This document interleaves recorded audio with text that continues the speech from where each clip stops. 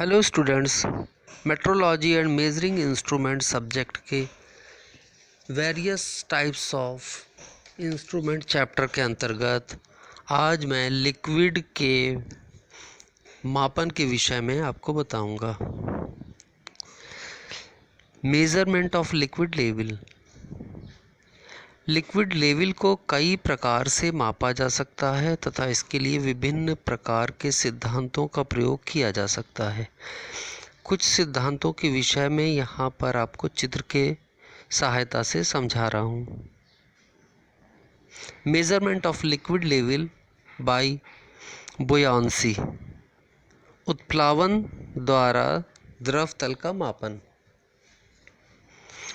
Archimedes के सिद्धांत के अनुसार कोई वस्तु किसी द्रव में जब तैरती है तो वह अपने भार के बराबर उस द्रव को हटाती है और इस स्थिति में हटाए गए द्रव का भार के बराबर द्रव के द्वारा उत्प्लावन बल ऊपर की ओर लगता है और वह वस्तु तैरने लगती है।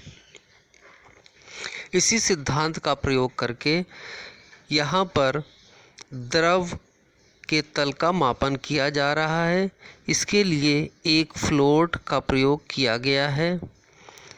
जिस वाटर टैंक के द्रव के तल का मापन करना होता है उस वाटर टैंक में एक फ्लोट डाल दिया जाता है और इस फ्लोट को दूसरी ओर एक घिरनी के द्वारा एक लोड से खींचकर द्रव के तल के ऊपर रोका जाता है।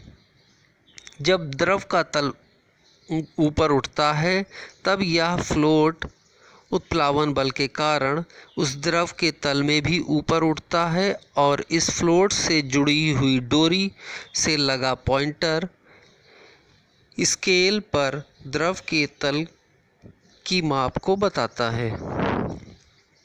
दूसरी विधि में फ्लोट के द्वारा घिरनी को नचाया जाता है और उस घिरनी पर एक पॉइंटर लगा दिया जाता है। जब द्रव का तल थोड़ा सा ऊपर उठता है तो यह पॉइंटर लीवर के सिद्धांत पर कार्य करता है और ज़्यादा विक्षेप एक सर्कुलर स्केल पर बताता है। अतः इसमें द्रव के तल को लीवर सिद्धांत के द्वारा बढ़ाकर दिखाया जा रहा है। अतः यह उपकरण अधिक सेंसिटिव है। तीसरी विधि में एक गोलाकार मैग्नेट या फ्लोटिंग मैग्नेट को द्रव के तल के ऊपर उठने के लिए स्वतंत्र छोड़ा जाता है और इस मैग्नेट के बीच में एक अन्य मैग्नेट लगा होता है।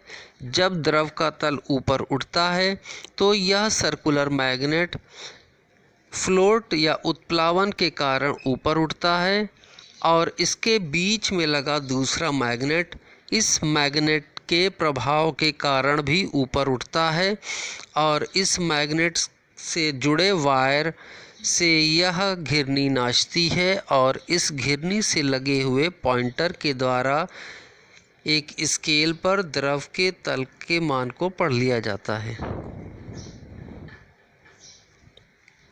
Measurement of liquid level bye potentiometer. विभव मापी द्वारा द्रव के तल का मापन।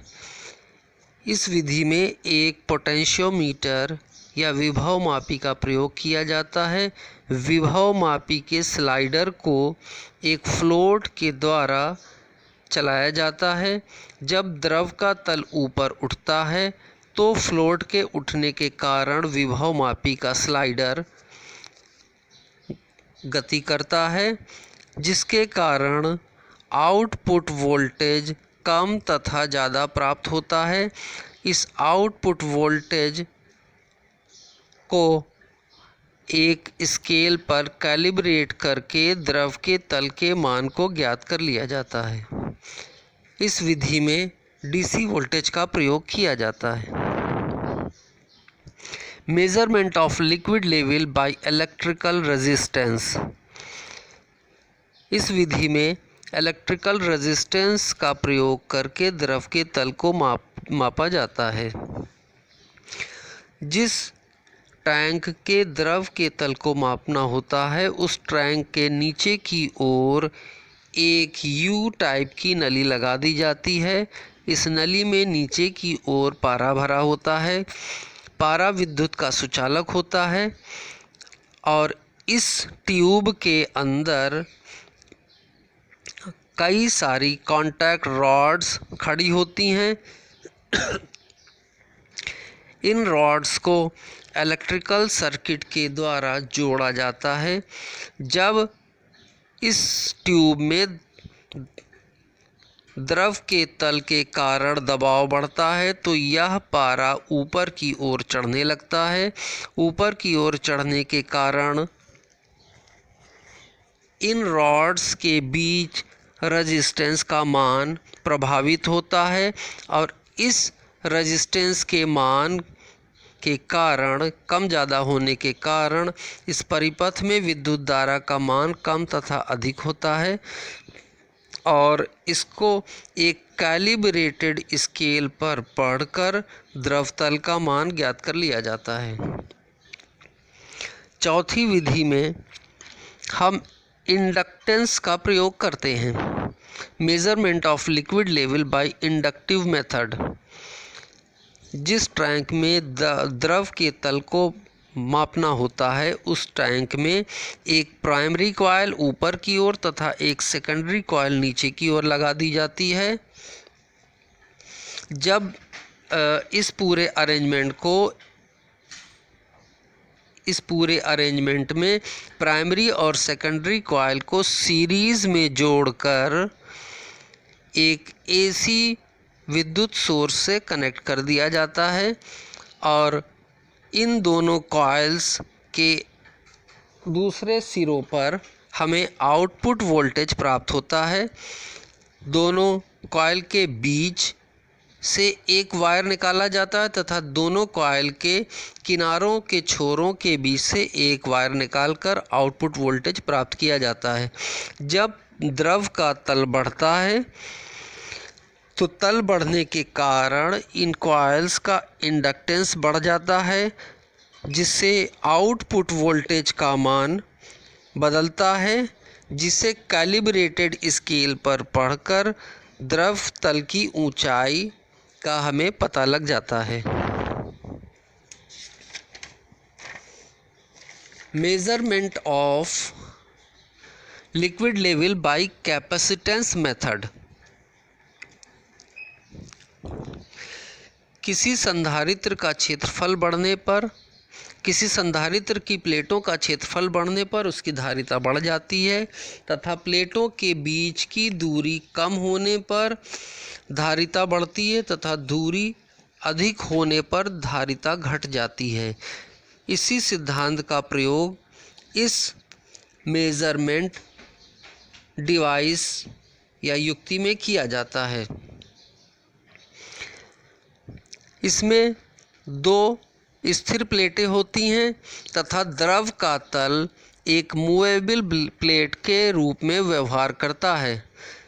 दोनों स्थिर प्लेटों के बीच capacitance C1 = A epsilon 0/d होता है तथा एक स्थिर प्लेट तथा द्रव तल के बीच कैपेसिटेंस A एप्सिलॉन 0/d' होता है।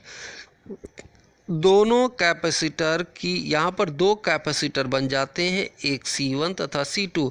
इन दोनों कैपेसिटर की तुल्य धारिता C = C1 C2/C1 + C2 से ज्ञात होती है और प्लेट P2 तथा द्रव तल के बीच output voltage E = E0 C1/C1 + C2 से प्राप्त होता है। जब द्रव का तल बढ़ता है तब D' का मान घटता है और C2 कैपेसिटेंस बढ़ जाता है जिससे आउटपुट वोल्टेज का मान घट जाता है और इस घटे हुए आउटपुट वोल्टेज को कैलिब्रेटेड स्केल पर पढ़कर द्रव का मान ज्ञात हो जाता है।